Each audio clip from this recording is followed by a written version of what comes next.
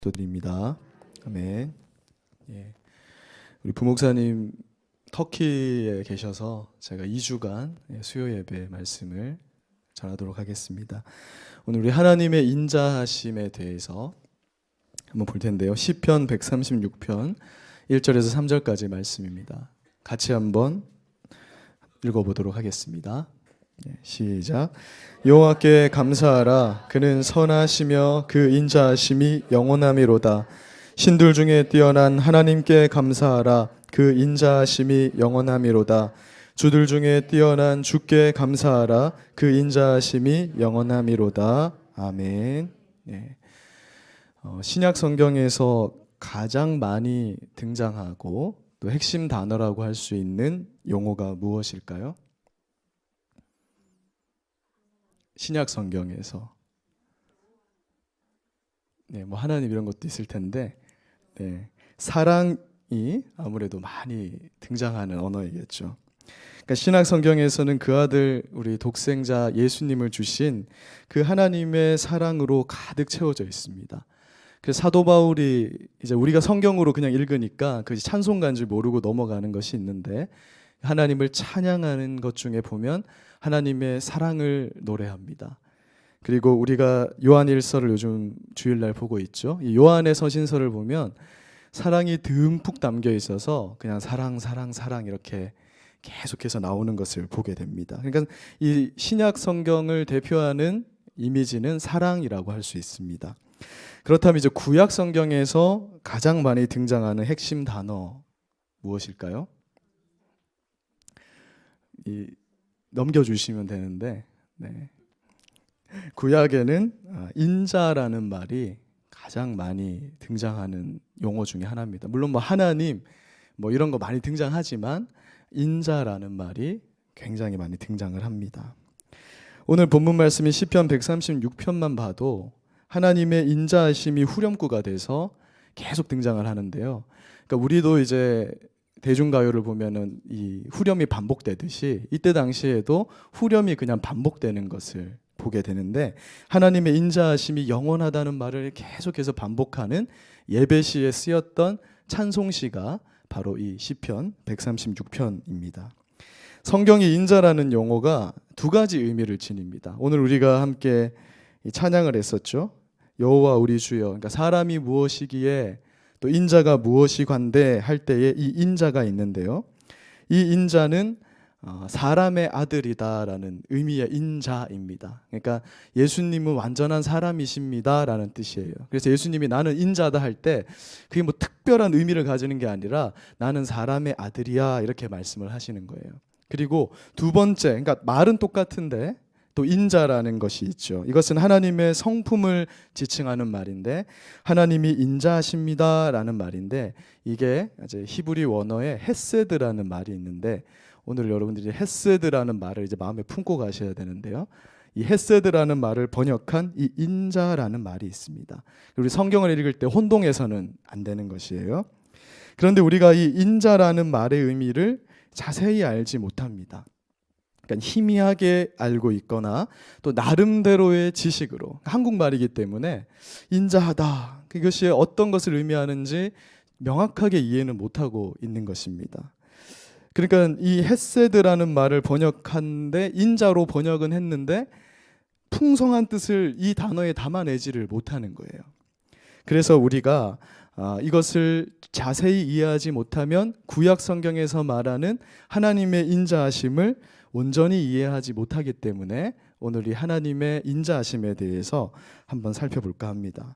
우리가 흔히 인자하다라는 말을 떠올리면 저는 그렇게 생각을 했는데요. 수염, 흰 수염이 이렇게 길게 난 할아버지가 손자를 앉혀놓고 사탕도 주고 수염을 잡아당겨도 아무 말씀도 안 하시는 그런 어떤 모습. 우리가 흔히 상상하는 그 인자하심이라는 그런 어떤 이미지가 약간 이런 이미지가 있는 것 같아요. 그런데 이 구약 성경에서 이 인자, 이 헤세드라는 말은 전혀 그것과는 그런 이미지도 있지만 그것은 한 100분의 1밖에 안 되는 그런 어떤 이미지라고 할 수 있는 겁니다. 특히 시편에 보면은 하나님의 인자하심이 정말 많이 나오기 때문에 우리가 흔히 이제 그 찬송 가사 중에 인자가 굉장히 많아요. 주의 인자하심이 뭐 이런 것도 있고 여러 가지 하여튼 주의 인자가 하여튼 인자가 굉장히 많이 나오는데 시편에 굉장히 이 인자하심이 많이 나오기 때문에 그렇습니다. 구약 성경에 이 인자라는 말이 246번이나 등장을 하는 것이죠. 그러니까 이 신약 성경에서는 핵심 용어가 사랑이라면 구약 성경에서는 이 인자를 꼽을 수 있는 것입니다. 그래서 우리가 흔히 오해를 하는데 신약 성경에 나타나는 하나님은 참 사랑의 하나님으로 느껴지는 거예요. 이건 정말 그냥 누가 말하지 않아도 예수님의 모습을 통해서 투영되는 그 하나님의 사랑이 있기 때문에 신약 성경은 사랑으로 정말 가득 차 있는 것 같은데 구약 성경에서 하나님은 좀 사랑과 거리가 먼 것이 아닌가. 물론 여기서 하나님을 깊이 있게 경험하신 분들은 하나님 사랑이시지라고 하겠지만 단순히 우리가 구약 성경을 볼 때는 하나님 맨날 때리는 것 같고 치시는 것 같고 전쟁하시고 그냥 몰살시키시고 그리고 사람들한테 사랑해 달라고는 하시지 별로 사랑은 주지 않는 것 같은 그런 하나님의 이미지를 떠올릴 수가 있는데요. 그런데 우리가 이 하나님의 인자하심을 제대로 이해한다면 이제 이렇게 말할 수가 없게 되는 것입니다. 왜냐하면 하나님의 사랑을 나타내는 구약의 용어가 바로 이 인자라는 용어 속에 숨어 있기 때문에 그렇습니다. 우리가 구약 성경을 보면 하나님의 인자하심에 대해서 굉장히 많이 정리를 하고 있습니다. 이게 이제 성경에 이제 원래 쓰여진 말이에요. 헤세드 이렇게 왼쪽으로 읽어야 되는데요. 이 뜻이 어떤 의미냐면 한 장 넘기시면 한번 읽어볼까요? 시작. 하나님의 자비로운 사랑과 말로 다할 수 없는 성실하심. 이렇게 이것도 이제 겨우 압축을 좀 시켜놓은 건데 하나님의 자비로운 사랑과 말로 다할 수 없는 성실하심이다. 그러니까 이것이 왜 구약의 성도들은 다 하나님은 헤세드하다, 하나님은 인자하다 자꾸 이렇게 말하냐면 바로 이것을 노래하는 것인데요. 우리가 하나님의 이 인자하심을 잘 이해하기 위해서는 먼저 하나님과 우리 사이에 맺어진 그 언약, 약속이 있거든요. 말씀으로 맺어진 그 언약에 대해서 먼저 이해를 할 필요가 있습니다. 하나님은 특이하게 아브라함부터 시작해서 사람들과 특히 이스라엘 민족들과 약속을 맺으시면서 계속 오시는 거예요. 가만히 생각해 보면 하나님이 굳이 약속을 맺으실 필요는 없는데 하나님은 사람과 약속을 맺으셨습니다. 원래 약속은 급이 맞는 사람들끼리 맺는 게 상식입니다. 그러니까 7살짜리 꼬마가 와가지고 우리 언니 권사님한테 언니 권사님 한 5만 원만 빌려주세요. 모세가 와서 그렇게 얘기하면 약속이 안 되는 거예요.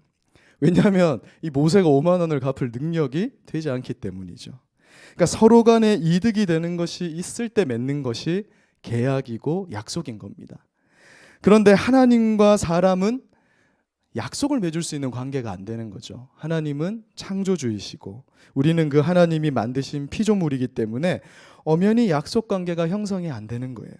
약속을 맺는다고 해도 하나님께 별 유익이 될 것은 아무것도 없습니다. 마치 부모님이 그 초등학교쯤 되는 곧 입학하지 않은 자녀들과 약속을 맺는 것과 비슷한 거예요. 엄마가 보통 이렇게 아들을 구슬리죠. 너 공부 이거 끝내놓으면은 내가 용돈 줄게. 근데 이 약속의 관계를 가만히 생각해 보면 공부하는 것도 얘한테 좋은 거고 그렇잖아요. 용돈 받는 것도 얘한테 좋은 건데 부모님은 약속을 맺는 거예요. 그러니까 약속의 관계가 안 되는데 약속을 맺는 겁니다. 하나님께서 사람과 맺는 이 언약 관계도 이렇게 설명이 될 수 있는 거예요. 하나님께서는 굳이 약속을 맺을 필요가 없습니다. 그러니까 사람은 죄악된 본성 때문에 하나님한테 언제나 반항적인 마음을 가지죠. 왜 나한테 이런 거 시키세요?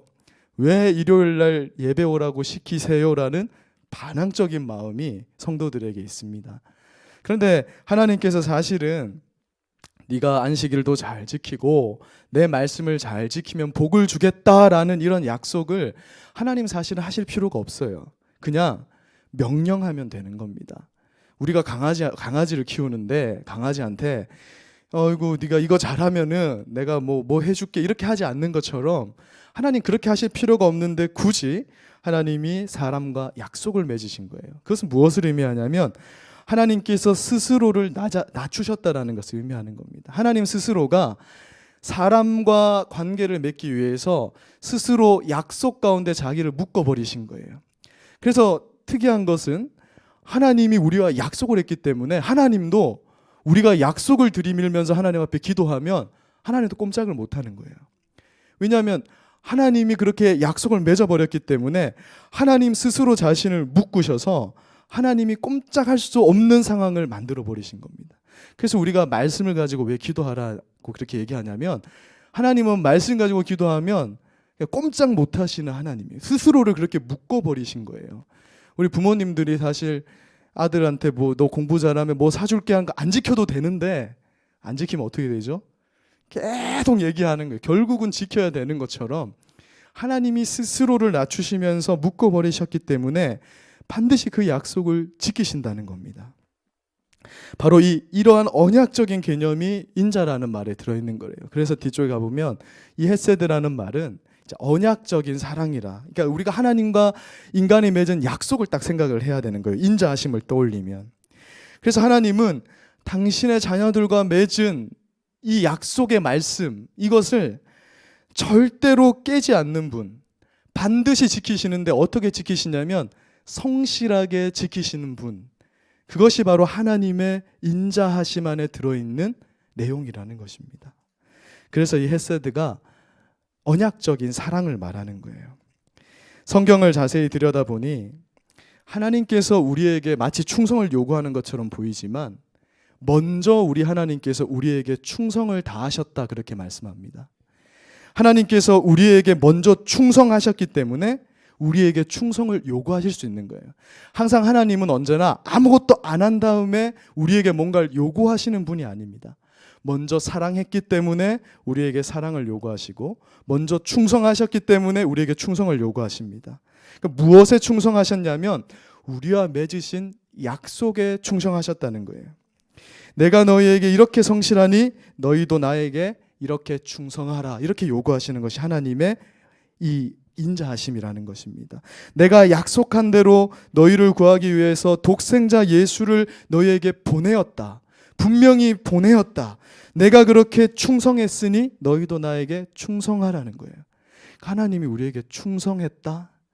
이게 좀 이미지가 매치가 안 되니까 구약에서는 하나님이 성실하다 이렇게 표현을 한 것뿐이에요. 용어는 똑같은 겁니다. 충성하셨다는 거죠, 하나님께서. 하나님은 이렇게 언제나 우리에게 본이 되시는 분입니다. 이 구약 성경의 스토리가 다 그러한 거예요. 오늘 본문 말씀에서 시편 저자는 하나님의 인자하심이 영원하다 그렇게 노래합니다. 이것은 절대 깨지는 것이 아니라는 것이죠. 이 시편의 저자는 아브라함 때부터 맺은 이 약속대로 하나님이 이끌어 왔는데 이 지금 시편 136편을 쓸 때의 저자는 누군지 알지 못하는데요. 어떤 상황이냐면 하나님께서 약속하신 가나안 땅에 이스라엘 백성들을 집어넣은 그 상태의 그 땅을 밟으면서 야, 하나님은 진짜 약속을 지키셨구나 하면서 이 찬양을 노래하는 겁니다. 시편의 저자는 우상들과 비교할 수 없는 하나님께서 이 세상을 창조하신 사실에 대해서 찬양을 하는 거예요. 그리고 그 위대하신 하나님이 10가지 재앙을 내리시고 홍해를 가르셔서 이집트로부터 이 이스라엘을 구원하시고 강한 손과 펴신 팔로 우리를 약속하신 땅에 그 약속하신 대로 이루셨음을 노래하는 것입니다. 그리고 때마다 먹을 것과 입을 것을 주시고 우리를 돌보시는 하나님을 찬양하는 것이에요.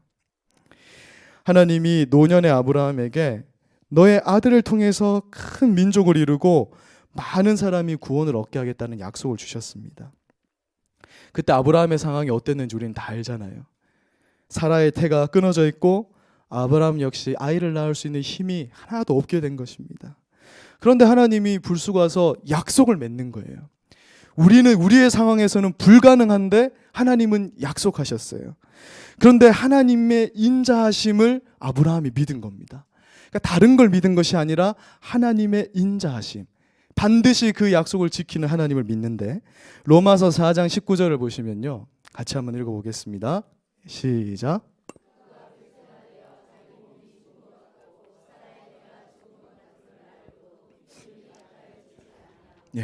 여기서 믿음이 약해지지 않았다. 그럼 어떻게 믿음이 약해지지 않을 수 있을까? 그냥 믿습니다, 믿습니다를 반복하면 될까요? 예전에 어떤 외국인 목사님이 믿습니다를 그냥 한 100번 하면 믿음이 생긴다고 막. 근데 그렇지 않고 이 믿음의 조상들이 무엇을 믿었는지를 우리가 지금 잘 알아야 됩니다.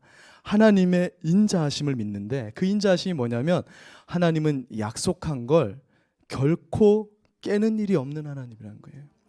우리의 자녀들도 부모님과의 신뢰관계가 형성되면 부모님을 100% 믿게 되는 거죠. 근데 부모님이 맨날 해준다 해놓고 안 해주고 휴대폰 사준다 해놓고 또 안 사주고 요거 하면 이렇게 하면 나중에 신뢰관계가 다 깨져가지고 뭘 해도 안 믿게 되는데 우리 하나님은 그런 하나님이 아니라 반드시 지키신다는 거예요. 그래서 이 아브라함이 그걸 믿으니까 믿음이 약해지지 않는 거예요. 당장은 약해집니다. 그런데 하나님의 인자하심을 계속 생각하니 그 약속을 끝까지 믿었고 그 약속이 이루어졌다라는 거예요. 이 시편의 저자가 무엇을 보냐면 우리 조상 아브라함이 이루어지지 않았냐 그 얘기하는 겁니다. 요셉의 삶을 또 한번 보십시오. 그 하나님으로부터 놀라운 비전을 받는데 그 비전이 뭐냐면 그러니까 저기 곡식단이 절하고 해와 달과 11별이 절하고 이게 무슨 의미냐면 이 요셉을 통해서 하나님께서 이스라엘 민족, 그러니까 야곱의 이 가족들만 가뭄으로부터 살리는 게 아니라 자기의 형제들로부터 비롯되는 이스라엘 민족이 있잖아요. 이 민족을 살리신다라는 그 비전을 받는 거예요. 이건 아브라함에게 주신 약속인데 하나님 분명히 너의 자손을 통해서 예수님도 태어나야 되고 너의 자손 이 아브라함 믿음 아래에서 우리도 다 아브라함의 자녀들인데 풍성한 자녀들이 생겨야 되는데 7년간의 흉년 때문에 야곱의 가족들이 다 죽게 생긴 거죠. 그런데 요셉에게 내가 너를 통해서 그들을 살려서 아브라함에게 맺은 약속을 내가 이룰 거라는 약속을 주는 거예요. 요셉에게도 지금 약속을 준 것이거든요. 그런데 그가 당장에 노예로 팔려가고 감옥에 갇히는 신세가 됩니다. 우리도 하나님으로부터 이 약속을 받잖아요. 제가 우리 할머니를 한번 전도하려고 17년을 기도를 했어요.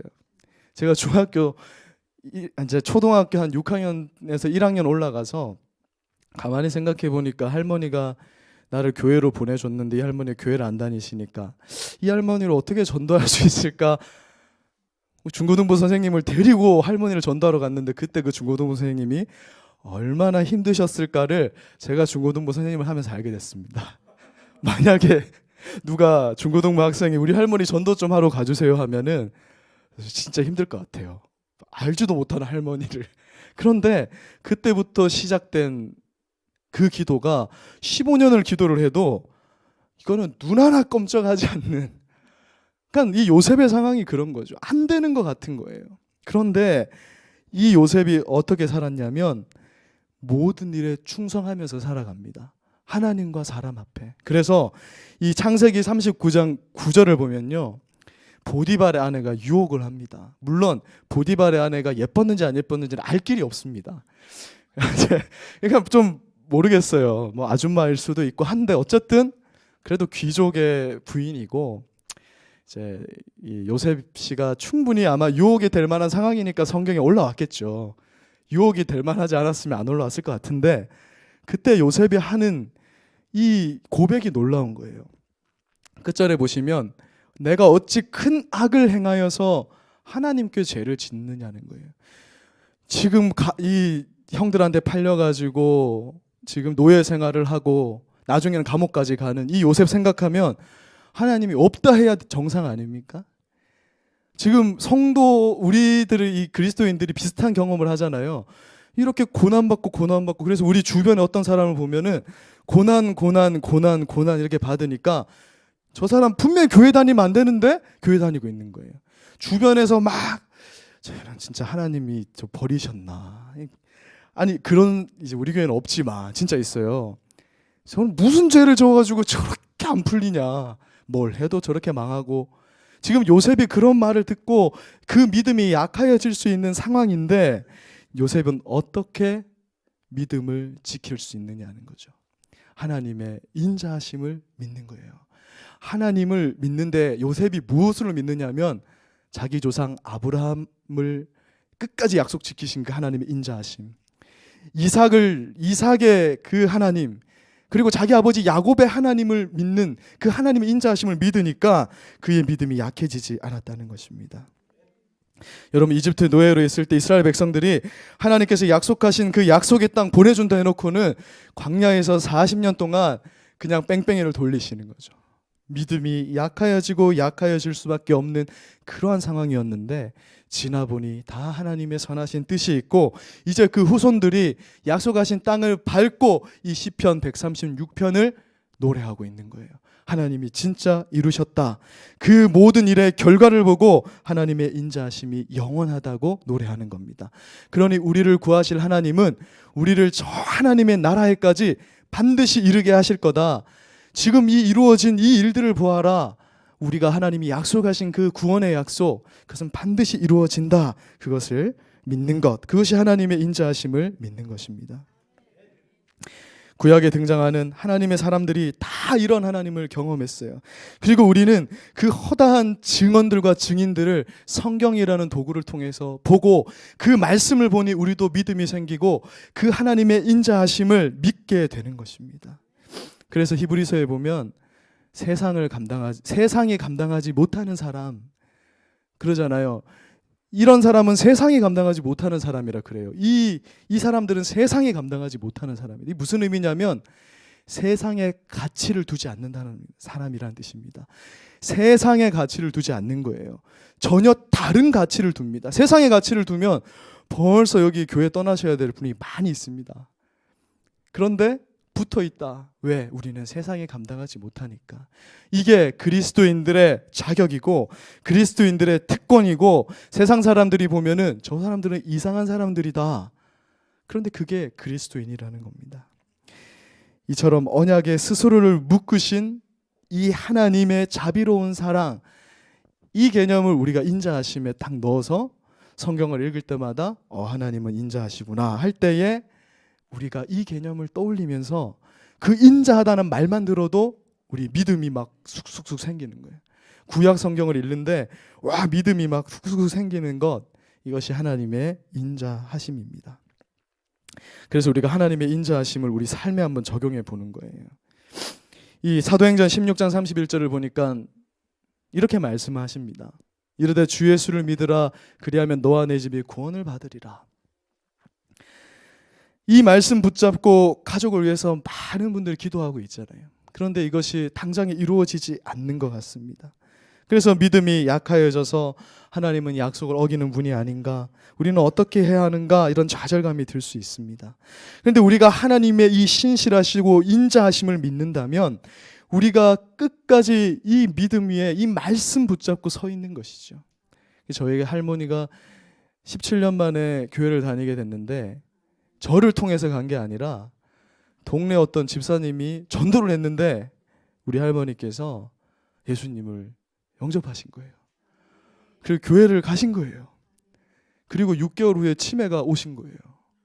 그때 제가 얼마나 이제 하나님께 감사를 하겠습니까?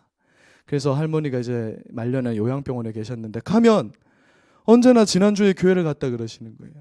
그 기억이 그냥, 우리가 그냥 뭐 다른 거 다 그냥 놓쳐놓고 무엇을 믿는, 저는 이제 뭐 어떤 사람들은 그럼 치매 걸린 사람이 구원이 어쩌고 저쩌고 뭐 그런 게 아니죠. 하나님의 인자하심, 하나님 약속 믿고 내가 그렇게 기도했을 때 하나님 그 약속 이루어 주실 걸 믿으니까 우리 할머니 천국 가셨을 걸 믿는 것, 우리 가족을 위해서 그렇게 끝까지 붙잡고 기도하는 것, 그것이 바로 그리스도인들이 하나님의 인자하심을 믿는 그 믿음이라는 것입니다. 우리가 이러한 하나님을 깊게 알게 되면 알게 될수록 좌절했다가도 다시 일어서게 되는 것이죠. 그리고 우리의 찬양 제목이 하나님의 인자하심이 되는 거죠. 이제 그래서 우리 찬양 집사님이 하나님의 인자하심을 가지고 찬양을 인도하시고 우리 찬양팀들이 이렇게 하면 그 찬양이 달라지게 되는 겁니다. 처음에는 인자하심이 뭔지 모르고 찬양하다가 야, 그 찬양에 이런 깊은 뜻이 들어있구나. 우리를 반드시 우리의 이 약속하신 바를 지키시는 하나님 찬양하게 되는 것이고, 우리가 저 하늘에 가서도 끝까지 영원히 찬양할 제목이 바로 이 하나님의 인자하심이 아니겠습니까? 여러분, 사람들은 종종 뭔가를 안 하면 하나님이 벌 주시지 않을까 이렇게 생각합니다. 그래서 어떤 사람은 자기가 운동 안 해서 살쪄놓고는 하나님이 벌 주시는가 보다. 그러니까 모든 걸 그렇게 귀결하는 거예요. 근데 가만히 알고 보면 다 자신의 나태함과 자신의 범죄함의 결과를 먹는 거거든요. 하나님이 그렇게 시키신 것도 아니요. 그러니까 모든 게 하나님의 섭리 안에 있지만 하나님이 그렇게 이끄신 게 아니거든요. 그런데 하나님이 사람처럼 왔다 갔다 하는 분인가? 아니라는 거예요. 다윗은 엄청나게 고민을 했습니다. 여러분, 우리 삶에도 다 그래요. 우리가 다윗처럼 분명히 뭔가 이루어질 것 같은데 다윗의 삶이 무조건 내려맞길은 아니었을 거예요. 그 10년의 방랑생활 동안 어쩔 때는 좀 좋았다가 그 환난 받은 자들이 확 몰려들 때, 자기의 모습을 보고 몰려들 때는 사람이라면 다 기분이 우쭐해질 수 있어요.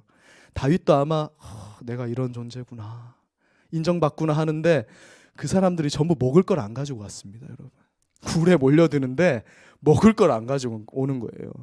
이 사람들을 어떻게 먹여 살리냐. 그래서 하여튼 에피소드가 사람들 먹여 살리는 것 때문에 다윗은 이제 에피소드가 시작되는 거죠. 그럴 때마다 하나님에 대해서 오해하는 거예요. 내가 좀 잘못해서 하나님 이러시나, 분명히 왕시켜 준다 해놓고는 내가 뭘 잘못했는가, 내가 혹시 그때 골리앗의 머리를 자르지 말 걸 그랬나. 이거는 저의 상상이긴 하지만 진짜 별의별 생각을 다 했지 않은가. 10년간 왜 나에게 이런 고난이 오는가 하면서도 그것이 다윗의 오해였음이 밝혀지는 게 언제일까요? 다윗이 온 이스라엘의 왕으로 서는 그날. 그래서 다윗이 노래를 하잖아요. 다윗의 시편을 보면 다 하나님의 인자하심을 노래하는 거예요. 내가 살아보니 하나님이 들쑥날쑥 한다고 생각했는데 아니더라. 하나님은 인자하신 분이야. 나만 굳건히 서 있으면 돼. 나만 하나님의 반석이라는 그 반석에 발 두고 서 있으면 돼. 이렇게 생각을 한 것이죠. 그래서 우리가 이 하나님의 인자하심, 이 헤세드를 붙잡는 것입니다. 그분이 인자하신 하나님이기 때문에. 근데 하나님이 도대체 왜 그러시느냐? 하나님이 왜 우리에게 인자를 베푸시느냐? 왜 약속을 우리는 약속한 적도 없는 것 같고만 같죠? 근데 지켜주시겠다고 막 이렇게 하시느냐? 우리를 사랑하시기 때문에. 그래서 이 헤세드의 사랑은 조건 없는 자비로운 사랑이에요. 자비는 불교의 것이 아닙니다. 구약에 넘쳐나는 게 자비예요. 조건 없는 사랑입니다. 하나님이 그냥 조건 없이 사랑한다는 거예요. 하나님의 말로 닿을 수 없는 성실하심과 하나님의 자비로운 사랑인 것입니다.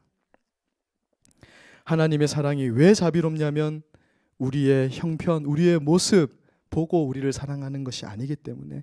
그 약속 지켜주는 이유가 우리가 교회 청소 열심히 해서가 아니라, 우리가 11조 열심히 해서가 아니라 그냥 자녀이기 때문에 그 자비를 베푸시는 것. 그래서 그것이 하나님의 인자, 하나님의 자비로운 사랑입니다. 말씀을 마무리하겠습니다. 사랑하는 여러분, 사람의 눈에는 다 끝나 보이는 것도 진짜 믿음의 사람은 하나님의 성실하심과 자비로운 사랑을 믿습니다. 제가 이렇게 우리 여기 계신 집사님과 권사님들 앞에서, 장로님 앞에서 할 말은 아니지만 이 기간 동안 참 많은, 저도 겪은 것이 있고 많은 우리 믿음의 성도들을 볼 때 무엇 하나를 보냐면, 이상하게 맞고 고난당하고 끌어내려지고 그냥 예수 믿는데 어떤 사람은 복 받는데 나는 왜 이러냐 하는 이러한 상황 속에서 끝까지 버티는데, 그 버티는 사람에게 무엇이 있냐면 하나님의 인자를 믿는 믿음이 있더라고요. 근데 이런 사람들은요, 하나님께서 결국에는 세워주시는 날이 온다는 겁니다. 다윗처럼, 요셉처럼. 근데 그때가 되면 사람들이 다 그 사람의 인생을 보고 하나님의 인자하심을 다 함께 노래하는 거예요. 여러분, 그래서 이 하나님의 사랑 속에 사는, 이 믿음 속에 사는 사람을 구약에서는 하시드라고 부르는 거예요. 헤세드라는 말에서 나온 겁니다. 하시드예요. 그래서 하나님의 이 자비로운 사랑을 믿고 끝까지 견디는 사람들이 바로 성도다, 그렇게 말하는 겁니다. 우리가 성경을 통해서 하나님의 이 인자하심을 감지하고 또 살아가면서 하나님의 이 불변하는 하나님의 사랑을 감지하게 됩니다. 우리가 이 하나님의 인자하심을 배웠는데요. 반드시 기억하십시오. 우리 한 번 더 읽어보겠습니다. 이 한 장 넘겨주세요. 자, 이것을 다시 한번 읽어보겠습니다. 시작. 하나님의 자비로운 사랑과 말로 다할 수 없는 성실하심. 이게 충성이라는 거죠. 이 두 가지를 기억하시면서 우리가 구약 성경을 읽으면서 하나님의 사랑이 없다 이렇게 하지 말고 이 사랑을 발견하면서 끝까지 저와 함께 믿음의 길을 걸어가는 우리 성도님들 되었으면 좋겠습니다. 그래서 이제 다음 주에는요, 이 헤세드는 하나님만 우리에게 주시는 게 아니라 이제 우리가 우리의 이웃에게 이 헤세드를 베풀어야 되거든요. 보아스가 룻에게 베푼 선대가 바로 이 헤세드입니다. 그래서 우리가 우리의 이웃에게 인애를 베푸는 것에 대해서 다음 주에는 한번 보도록 하겠습니다. 네. 제가 기도하고 우리 함께 기도하는 시간 가지겠습니다. 제가 기도하겠습니다. 사랑하는 하나님 아버지,